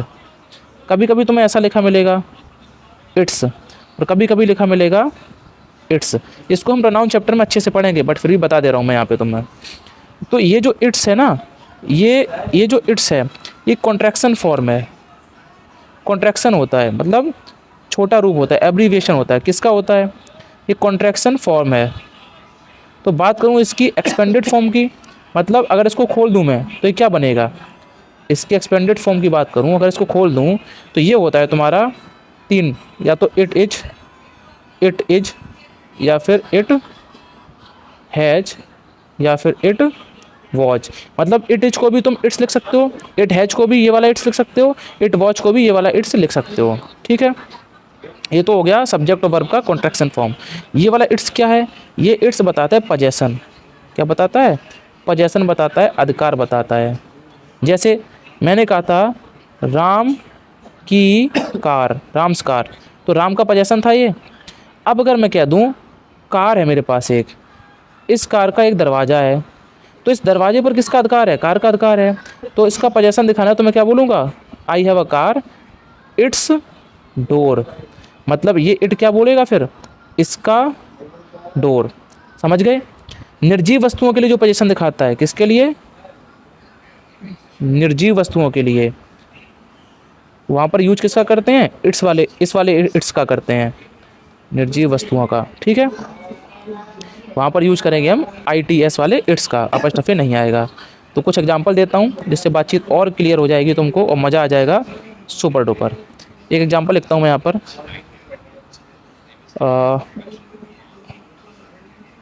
The book is famous for its, या फिर ये वाला इट्स क्या आएगा तुम्हें चूज करना है, इट्स नेम, एक blank, my duty,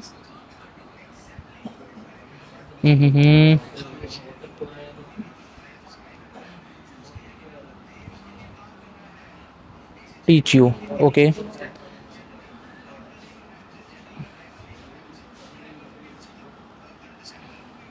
she said that it's, या फिर इट्स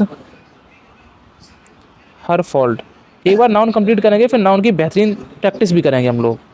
ये 3 एग्जांपल लिखे मैंने आपके सामने, और जगह तो और भी लिख देता हूँ, बस तुम अच्छे से प्रैक्टिस करो।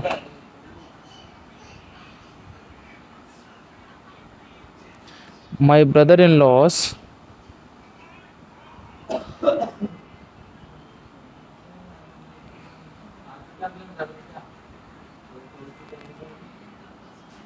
या इस कंसेप्ट को हम बाद में करेंगे, इस वाले कंसेप्ट को हटाओ। ठीक है, अभी तुम इसी को देखो। चलो चूज करो, वीडियो पॉज करो, खुद से बनाओ। देखो, द बुक इज फेमस, किताब फेमस है, फॉर इट्स नेम, इसके नाम के लिए। मतलब इस किताब का क्या दिखाना है तुम्हें? पोजेसन दिखाना है इस किताब के लिए। किताब क्या है? निर्जीव। अगर तुम ये वाला इट्स चूज कर रहे हो तो इसका मतलब इट इज, इट वॉज या फिर इट हैज़ लगाना है। तो उसका सेंस तो आ नहीं रहा है, क्योंकि यहाँ पर सब्जेक्ट भी हमारे पास और वर्ब भी है, तो हमें क्या लगाना पड़ेगा? ये वाला इट्स लगाना पड़ेगा, तभी पोजेसन को डिनोट कर पाएगा नॉन लिविंग नाउन का। ठीक है, अभी अगर तुम इस वाले में चूज करोगे तो इस वाले सेंटेंस में ध्यान से देखोगे तो my duty to teach you, कोई भी सेंटेंस कब कंप्लीट होता है? सेंटेंस, एक बात बताओ मुझे तुम, अगर तुम्हें कोई भी सेंटेंस लिखना है तो मिनिमम रिक्वायरमेंट क्या है उस चीज़ की? What is the minimum requirement कि तुम्हारा सेंटेंस कंप्लीट हो जाए? कोई कहेगा सब्जेक्ट, कोई कहेगा वर्ब, कोई कहेगा ऑब्जेक्ट। मैं कहूँगा सिर्फ और सिर्फ वर्ब वो चीज़ है जो मिनिमम रिक्वायरमेंट है तुम्हारे सेंटेंस को कंप्लीट करने के लिए। बोलो कैसे? मैंने लिख दिया गो, गो मतलब क्या है? जाना। ये मैंने कहा ये एक सेंटेंस है। अब कुछ बच्चे कहेंगे सर ये तो वर्ब है। वर्ब है बट ये सेंटेंस भी है, सबसे छोटा सेंटेंस। क्यों? तुमने इम्परेटिव सेंटेंस पढ़े हैं? इम्परेटिव सेंटेंस, उनमें क्या छिपा होता है? उनमें यू छिपा रहता है। तो मैंने कहा गो, जाओ, मैं तुम्हें आज्ञा दे रहा हूँ, इसमें यू छिपा है, मतलब क्या है? तुम जाओ। तो मिल गया सब्जेक्ट, मिल गई वर्ब। मतलब सब्जेक्ट होने के लिए मिनिमम वर्ब तो चाहिए तुम्हें। ठीक है, तो इस सेंटेंस में अगर तुम इसको सेंटेंस बोल रहे, क्या कहीं पर वर्ब लिखी है? My duty to teach you, ये 2+V1 इन्फिनेटिव है, ये वर्ब नहीं है, ये तुम आगे चल के सीखोगे। तो ये वर्ब नहीं है, तो तुम्हें यहाँ पर वर्ब चाहिए। अगर तुमने ये वाला इट्स लगा दिया तो ये तो ऑब्जेक्टिव ओके पॉजेसिव केस हो गया, वर्ब तो मिली नहीं, तो ये वाला इट्स नहीं आएगा। फिर यहाँ पे क्या लगाओगे तुम? यहाँ लगाओगे इट और अपॉस्ट्रोफी एस, तो ये डिनोट करता है किसको? इट इज को। तो it is my duty to teach you. Clear हुआ? सी सेड दैट, उसने कहा कि इट्स हर फॉल्ट। अब बताओ कौन सा इट्स लगाओ तुम? ये क्या है? दैट। दैट क्या है? कंजक्शन। कंजक्शन क्या करता है? जोड़ता है दो सेंटेंस को। मतलब एक सेंटेंस इधर मिलेगा तुम्हें, एक सेंटेंस इधर मिलेगा तुम्हें। सेंटेंस के लिए क्या चाहिए तुमको? सेंटेंस के लिए चाहिए मिनिमम वर्ब तो चाहिए। क्या ये वर्ब लिखी नहीं दिख रही है? हाँ सर, सेड एक वर्ब है अपने आप में। सेड मतलब कहना, वर्ब है। इधर तो वर्ब मिल गई। अब अगर इधर सेंटेंस चाहिए तुम्हें तो सेंटेंस के लिए क्या चाहिए तुम्हें? वर्ब चाहिए। अगर तुमने ये वाला इट्स लगा दिया तो क्या इसमें वर्ब होती है? नहीं, ये तो पोजेसन है। वर्ब ढूंढने के लिए तुम्हें कौन सा इट्स लगाना पड़ेगा? ये वाला इट्स लगाना पड़ेगा, क्योंकि वर्ब तो इसी वाले में छिपी होती है ना, it is, it has, it was. बोलो मेरी बातें क्लियर हुई? इसका मतलब है तुम्हें ये वाला इट्स चूज करना पड़ेगा। और कॉमन सेंस भी कहता है इट इज़ हर फॉल्ट, यह उसकी गलती थी। क्लियर होगी बातचीत? ऐसे सेंटेंस को लिंक किया जाता है, ऐसे सेंटेंसेस को देखा जाता है। इतना ही रखें क्या आज, या थोड़ा और खींच दें? हाँ, चलो खींचेंगे अभी, क्योंकि वीडियो बहुत सारे टुकड़ों में कंप्लीट हो रही है। ये कुछ कल रिकॉर्ड कर ली, कुछ आज रिकॉर्ड कर रहा हूँ, और अभी मुझे एनआरसी में जाना है। एनआरसी होती है, पता लगेगा, तो आके हम डिस्कस करेंगे। आपको तो समझ में नहीं आएगा वीडियो कहाँ कट हुई, कहाँ क्या हुआ। नेक्स्ट अभी मैं यहाँ लिख देता हूँ ताकि मुझे याद रहे मुझे क्या पढ़ाना है नेक्स्ट। मैं तुमको पढ़ाऊँगा कंपाउंड नाउन के बारे में। अब एकदम गहराई से पढ़ाऊँगा, और लास्ट में क्वेश्चन भी करवाऊँगा प्रीवियस सर, तब तुम्हें लगेगा कि हाँ कुछ बन रहा है। चलो मिलते हैं। ओके, तो अभी हम इसमें पढ़ने वाले हैं कि कंपाउंड नाउन क्या होता है। देखो कुछ तो बेसिक वर्ड्स होते हैं नॉर्मल, जैसे मैं अगर लिख दूँ किसी सिटी का name, let's say it's Kanpur. Delhi, किसी पर्सन का नेम हो गया, सपोज मनोज। कोई थिंग है आपके पास, पेन, टीचर। अब जेंडर रिलेट कर पा रहे हो, कॉमन जेंडर है, ठीक है। पेन न्यूट्रल जेंडर है, कानपुर न्यूट्रल जेंडर है, मनोज मैस्कुलिन जेंडर है, सीता फेमिनिन जेंडर है, ठीक है। ये सारे के सारे नाउन हैं, क्योंकि ये सारे के सारे क्या हैं? नेम हैं। मैंने क्या बताया था, अगर कोई भी नेम है तो वो क्या है? वो नाउन है। Name is equal to noun, ठीक है। बट ये एकदम सिंपल है, एकदम बेसिक है। कभी कभी तुमने ऐसे भी लिखा देखा होगा ना, ब्रदर मतलब भाई, brother in law, brother in law, ये वाले वर्ड्स लिखे देखे हैं। Mother in law, father in law, तो ये क्या होते हैं? ये भी अपने आप में नाउन है, क्योंकि अगर ब्रदर इन लॉ की बात कर रहे हो, ये भी किसी पर्सन का ही तो नेम है। बोलो हाँ या ना? तो हम कंपाउंड नाउन के बारे में पढ़ेंगे। तो कंपाउंड नाउन होता क्या है? अरे रबड़ कहाँ गई, इरेजर। देखो कंपाउंड नाउन,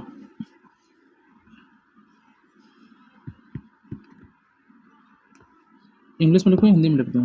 हिंदी में लिख देता हूँ या इंग्लिश में, चलो।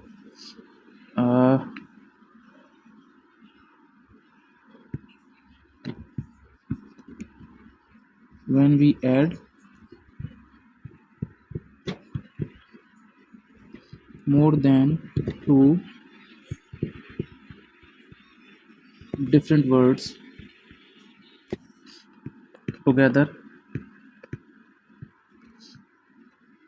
and it will make a totally different meaning.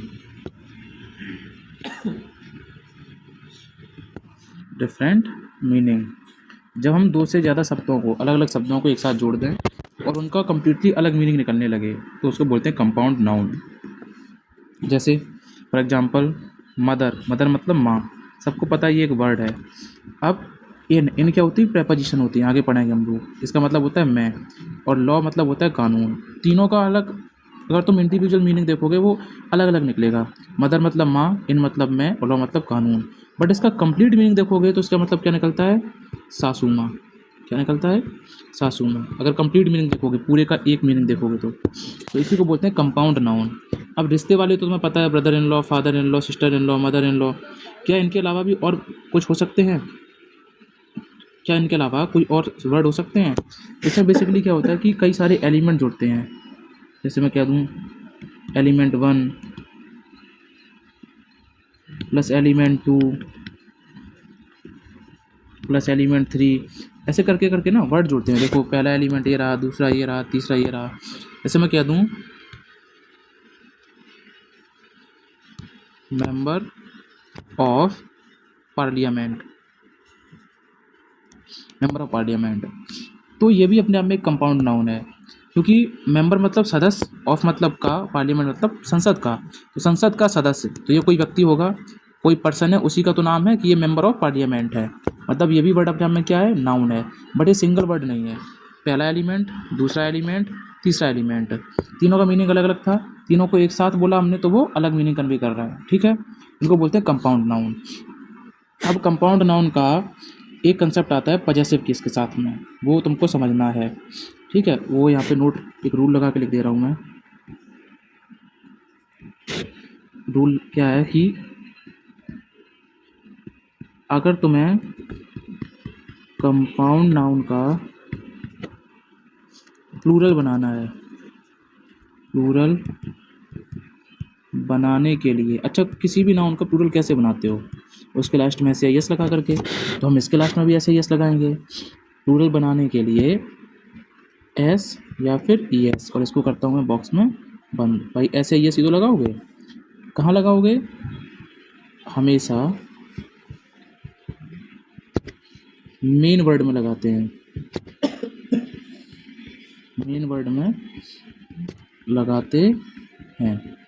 अभी समझाऊंगा एग्जांपल से। दूसरा इसका क्या रूल है, दूसरा ये है कंपाउंड नाउन का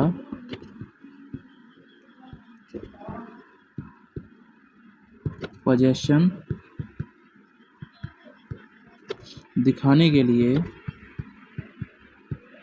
अच्छा पोजेशन दिखाने के लिए हम क्या लगाते हैं, कोई बताएगा? पोजेशन दिखाने के लिए हम लगाते हैं अपस्ट्रफे एस, यही तो लगाते हैं, ये हमने सीखा है। अपस्ट्रफे एस से क्या दिखाते हैं, पोजेशन। तो अपस्ट्रफे एस कहाँ लगाएंगे, हमारे पास तो 3 एलिमेंट हैं, पहला दूसरा तीसरा, इनमें से कहाँ लगाएंगे? हम हमेशा अपस्ट्रफे एस जो लगाते हैं वो लास्ट में लगाते हैं, लास्ट में लगाते हैं। ठीक है, इसको मैं थोड़ा सा नीचे करता हूँ लिखी बातचीत को, क्योंकि यहाँ लिखूँगा मैं एग्जाम्पल्स। तो हमने 2 रूल हैं, इनको सीखना है एग्जाम्पल के थ्रू। जैसे मैंने अब ऊपर एग्जाम्पल लिखा था, वही फिर से लिख रहा हूँ। Mother in law. दूसरा एग्जाम्पल हमारे पास क्या है, मेंबर ऑफ पार्लियामेंट। ये दोनों कंपाउंड नाउन है, इतना पहचानना आप सीख गए हो। अब बनाना है इसका प्लूरल। तो अगर ध्यान से देखोगे मदर इन लॉ, तो बात एक की हो रही है, मतलब ये क्या है, ये तो अपने आप में क्या है, ये अपने आप में सिंगुलर है। सासू माँ एक, मेंबर ऑफ पार्लियामेंट, पार्लियामेंट का एक मेंबर, ये भी क्या अपने आप में, ये भी सिंगुलर है। तो हमें क्या बनाना है, हमें प्लूरल बनाना है। तो रूल क्या कहता है, प्लूरल बनाने के लिए तुम्हें ऐसे ही लगाना पड़ेगा, और कहाँ लगाएंगे, मेन वर्ड में। तो मेन वर्ड क्या है, पहले वाले में देखोगे तो मेन वर्ड इन नहीं है, लॉ भी नहीं है, मदर है, क्योंकि जो इंसान है वो एक्चुअल में मदर ही है। ठीक है, तो मेन वर्ड में क्या लगाएंगे, एस आई एस, तो ये हो जाएगा मदर्स। बाकी इन ऐसा, लॉ भी ऐसा ही रहेगा, इनमें छेड़छाड़ नहीं करेंगे। ये क्या बन गया, ये बन गया प्लूरल। सेम इसमें मेन वर्ड क्या है, पार्लियामेंट की बात हो रही है, ऑफ की बात हो रही है, या फिर मेंबर की बात हो रही है। एक्चुअल में इस पूरे का मतलब क्या है, संसद का सदस्य, मतलब इंसान तो वो सदस्य ही है। तो ये क्या मेन वर्ड है, तो इसी में लगेगा एस या ई एस। तो इसका प्लूरल बनेगा मेंबर्स ऑफ पार्लियामेंट बोल के। ये बन गया तुम्हारा क्या, ये बन गया तुम्हारा प्लूरल। तो आगे प्लूरल बनाना। अब सेम ऊपर वाले एग्जांपल में ही अगर मैं कह दूं, तुम्हारे पास अगेन 2 एग्जांपल हैं, mother in law, mother in law, और एक दूसरा एग्जांपल वही सेम, मेंबर ऑफ पार्लियामेंट।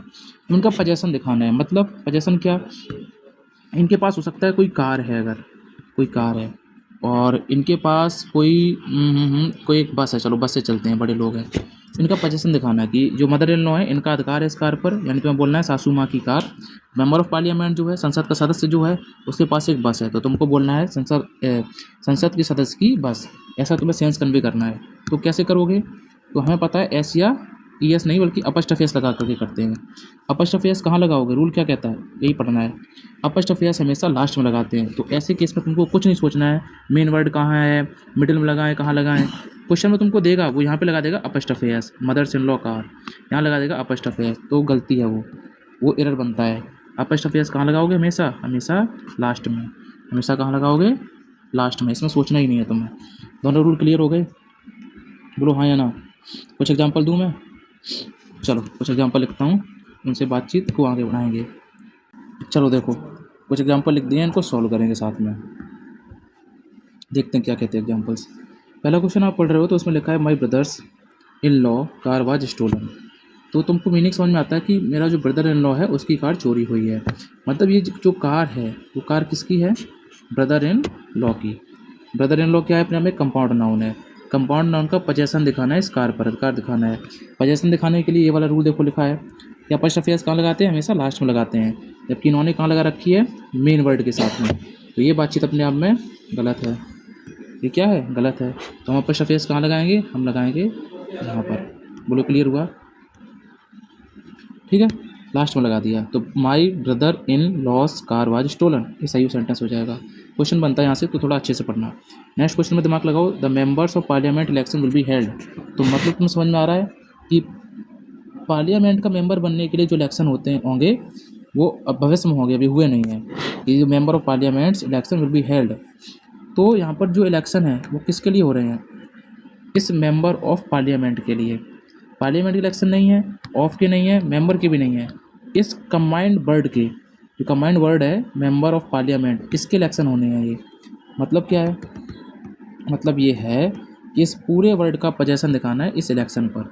तो पोजेसन दिखाने के लिए हम कहाँ लगाएंगे अपॉस्ट्रोफी एस, लास्ट में लगाएंगे। तो इन्होंने कहाँ लगा रखा है, मेंबर्स के साथ में। ये बातचीत अपने आप में गलत है।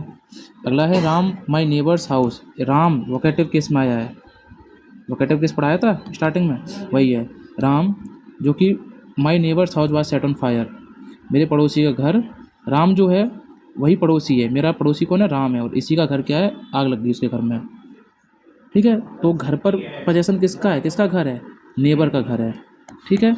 तो लास्ट नेबर के साथ अपॉस्ट्रोफी एस आया, तो सेंटेंस एकदम करेक्ट हो गया, ठीक है। तो commander in chief order was executed, ये क्वेश्चन कह रहा था कमांडर इन चीफ ने एक ऑर्डर दिया है जिसको एग्जीक्यूट किया गया था, ठीक है। तो कमांडर इन चीफ का ऑर्डर है ये ऑर्डर पर पोजेसन किसका है, कमांडर इन चीफ का, यानी क्या सेंस निकल रहा है, कमांडर इन चीफ का ऑर्डर। तो का के लिए तुमने ऑफ भी नहीं लगाया, तो अपॉस्ट्रोफी एस भी नहीं लगाई, तो इसमें अपॉस्ट्रोफी एस लगाना पड़ेगा। कहाँ लगाओगे, लास्ट में। तो सेंटेंस क्या बनेगा, the commander in chiefs order was executed, commander in chief का ऑर्डर एग्जीक्यूटेड हुआ था। क्लियर हुआ। नेक्स्ट पेज पे चलते हैं, चलो। अगला रूल है तुम्हारे साथ, अगला रूल, इसको हम अगली क्लास में कवर करेंगे क्योंकि क्लास बहुत लंबी हो जाएगी, तुम भी बोर हो जाओगे पढ़ते पढ़ते, टुकड़ा में पढ़ेंगे पढ़ाई को, ठीक है। अगला रूल लिख दे रहा हूँ यहाँ पर, हम पढ़ने वाले हैं avoid the use of sequential possession. इसको हम नेक्स्ट क्लास में कवर करेंगे, तब तक आप इस वाली क्लास को लाइक कर दो एंड कमेंट करके ज़रूर बताना क्लास कैसी लगी आपको। एंड अगर आपने सचमुच कुछ नया सीखा है, कुछ कॉन्फिडेंस आया आपके अंदर कि आज से पहले ऐसे नहीं पढ़ा था, या कुछ भी नए तरीके से आपको पढ़ाया है, थोड़ा बहुत ही समझ आया हो, तो कमेंट कर देना। जय हिंद लिख देना कमेंट में, इमोजी में दिल मार देना, ठीक है। जय हिंद जरूर लिखना कमेंट में। एंड जो भी नए बच्चे चैनल को देख रहे हैं वो सब्सक्राइब कर लो, बेसिक से लेकर के एडवांस तक चलेंगे अपन, और पूरा कोर्स कंप्लीट करेंगे। और इंग्लिश में अब तुम लोगों की लंका नहीं लगेगी, ये मेरी गारंटी है, ठीक है। इंग्लिश को अच्छे से पार करेंगे। इनफैक्ट मैथ्स भी पढ़ना है तो कमेंट कर देना, मैं मैथ्स की क्लासेस लेकर के आ जाऊँगा, ठीक है, चाहे वो टेक्निकल हो चाहे वो नॉन टेक हो। तब तक के लिए पढ़ाई करते रहो एंड लाइक जरूर कर देना वीडियो को, ठीक है। जय हिंद, जय भारत।